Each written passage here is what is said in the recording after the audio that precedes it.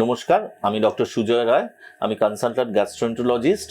আমি গত 20 বছর ধরে গ্যাস্ট্রোএন্টারোলজি প্রফেশনের সঙ্গে যুক্ত এবং আমি সঞ্জীবনী হাসপাতালে অ্যাটাচড আছি গত 20 বছর ধরে। এবং এখানে আমি এন্ডোস্কোপি, কোলোনোস্কোপি প্রসিডিওর করি।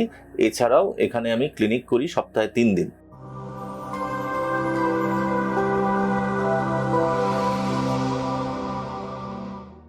আজকে যে বিষয় নিয়ে আলোচনা করব সেটা হচ্ছে গ্যাস্ট্রোইসোফেজিয়াল রিফ্লাক্স ডিজিজ।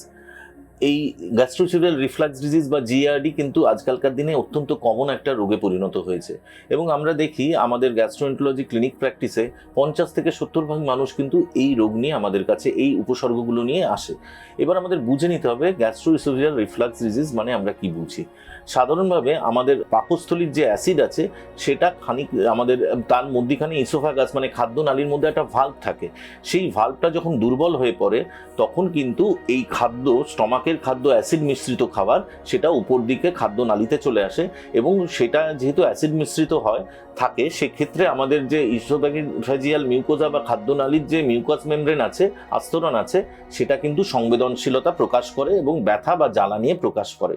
সুতরাং এই জিআরডি ডিজিজ কখন বলি, এই জিআর মানে গ্যাস্ট্রোইসোফেজিয়াল রিফ্লাক্স, যেটা খাবারটা পাকস্থলী থেকে উপরে উঠছে, এটা কিন্তু খুব কমন জিনিস। সাধারণত কখনো আমরা দেখেছি নেমন্তন্ন বাড়ি গেলাম বা খুব ঝাল কিছু খাবার খেলাম, তেলে ভাজা খেলাম, একটা হট করে একটা গলা বুক জ্বালা হলো। এটা হওয়া মানেই কিন্তু আমরা গ্যাস্ট্রোইসোফেজিয়াল রিফ্লাক্স ডিজিজে ভুগছি বলে মনে করব না। এইটাকে ডিজিজ আমরা তখন বলি যখন এটা ফ্রিকোয়েন্টলি হয় এবং যেটা নিয়ে আমাদের কষ্ট হয়, ট্রাবলসাম সিমটম। আমরা বলি বারবার করে হচ্ছে, আমরা নর্মাল আমাদের জীবনযাত্রা কাজটা করতে পারছি না, কষ্ট হচ্ছে আমাদের, অথবা কোনো জটিলতা উপসর্গ দেখা দিচ্ছে। যেমন যদি কখনো দেখা যায় পেপটিক স্ট্রিকচার হচ্ছে বা ব্যারেট ইসোফেগাস বা কোনো অ্যাডেনোকার্সিনোমা, এই জাতীয় যদি জটিলতা হয় তবে সেটাকে ডিজিজ বলি। অথবা যদি উপসর্গগুলো বারবার করে হয়, ধরুন গলা বুক জ্বালা বারবার হচ্ছে, সপ্তাহে সাধারণত বলি যে 2 থেকে 3 বারের বেশি যদি হয় তখন আমরা এটাকে জিআরডি বলি।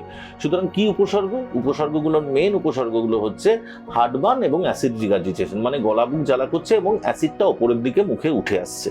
তো এই দুটো যদি ক্লাসিক সিমটম বলি। এছাড়া কিছু অ্যাটিপিক্যাল সিমটম আছে, দেখা গেছে যে কখনো কখনো কারোর শুকনো কাশি হচ্ছে, কখনো কানে ইনফেকশন হচ্ছে বারবার করে, কখনো তাদের লাঙে অ্যাজমা হচ্ছে বা শ্বাসকষ্ট হচ্ছে, এগুলোও কিন্তু এই জিআরডির সঙ্গে লিঙ্ক থাকতে পারে।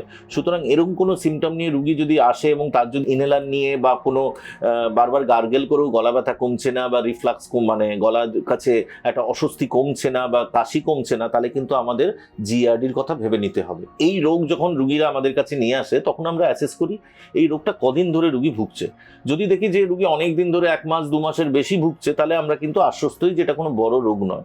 কিন্তু যদি দেখি যে তার হঠাৎ করে এই উপসর্গগুলো এসছে, সঙ্গে কোনো উপসর্গ যেমন ওজন কমে যাচ্ছে বা গিলতে অসুবিধা হচ্ছে বা অ্যানিমিয়া হচ্ছে বা রক্তবমি হয়েছে, এগুলো যদি থাকে তাহলে কিন্তু আমরা দেরি না করে এন্ডোস্কোপির শরণাপন্ন হই।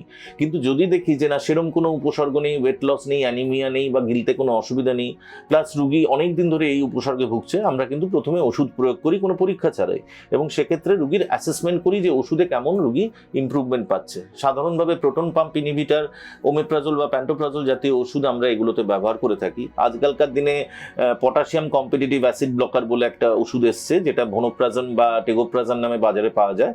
তো সেইগুলো কিন্তু আমরা আজকাল প্রয়োগ করি। সুতরাং এই জাতীয় ওষুধের মাধ্যমে আমরা রুগীকে সুস্থ করে তুলি এবং 4 থেকে 8 সপ্তাহ বাদে দেখি যে রুগী কতটা ইমপ্রুভমেন্ট হচ্ছে। যদি দেখা যায় যে ইমপ্রুভমেন্ট পাচ্ছে না, রোগের উপশম হচ্ছে না উপসর্গগুলো, তাহলে কিন্তু আমরা এন্ডোস্কোপি বা বিভিন্ন পরীক্ষার শরণাপন্ন হয়ে থাকি।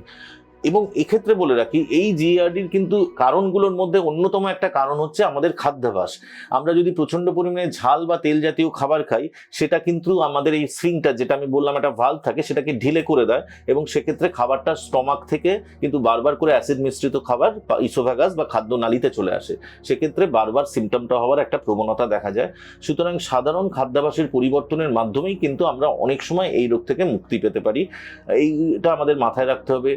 ঝাল জাতীয় বা তেল জাতীয় খাবার বেশি না খাওয়া, খাওয়ার পরে একটু পায়চারি করে নেওয়া, খেয়েই বা শুয়ে না পড়া, কফিন জাতীয় খাবার, কফি বা এই জাতীয় খাবারগুলো আমাদের বা সাইট্রাস ফুড, এই খাবারগুলো কিন্তু আমাদের এই জাতীয় সিমটম বা উপসর্গগুলোকে বাড়িয়ে দিতে পারে। সুতরাং সে ব্যাপারে আমাদের একটু সচেতন থাকতে হবে, খাবার কি কি খাবো, কি কি খাবো না, কতটা, এবং ফিজিক্যাল অ্যাক্টিভিটি। এবং তারপরেও যদি সিমটমগুলো না কমে তাহলে আমাদের অবশ্যই ডাক্তারবাবুর শরণাপন্ন হয়ে ওষুধ খেতে হবে। সুতরাং এটা রোগ নিয়েও আপনারা প্যানিক করবেন না। এই রোগেরও কিন্তু জাস্ট খাদ্যাভ্যাসের পরিবর্তন করেই অনেক রোগের থেকে উপশম পাওয়া যায় এবং দরকার মতো ওষুধ খেয়ে কিন্তু এই রোগ থেকে ভালো থাকা যায়। এবং এর সঙ্গে যদি আমরা খাদ্যাভ্যাসের পরিবর্তন এবং হাঁটাচলা করতে পারি তাহলে দেখা যায় ওষুধগুলোও কিন্তু আমাদের কয়েকদিন বাদে আর দরকার হচ্ছে না, ওষুধ থেকেও আমরা মুক্তি পেতে পারি। সুতরাং এই রোগটাই সম্পূর্ণ নিরাময়যোগ্য, কারুর ভয় পাওয়ার দরকার নেই। এই রোগ নিয়ে আপনারা যদি সত্যি রোগে কষ্ট পাচ্ছেন তাহলে ডাক্তারবাবুর পরামর্শ নিন এবং চিকিৎসকের মাধ্যমে এই রোগের সম্পূর্ণ নিরাময় সম্ভব। নমস্কার।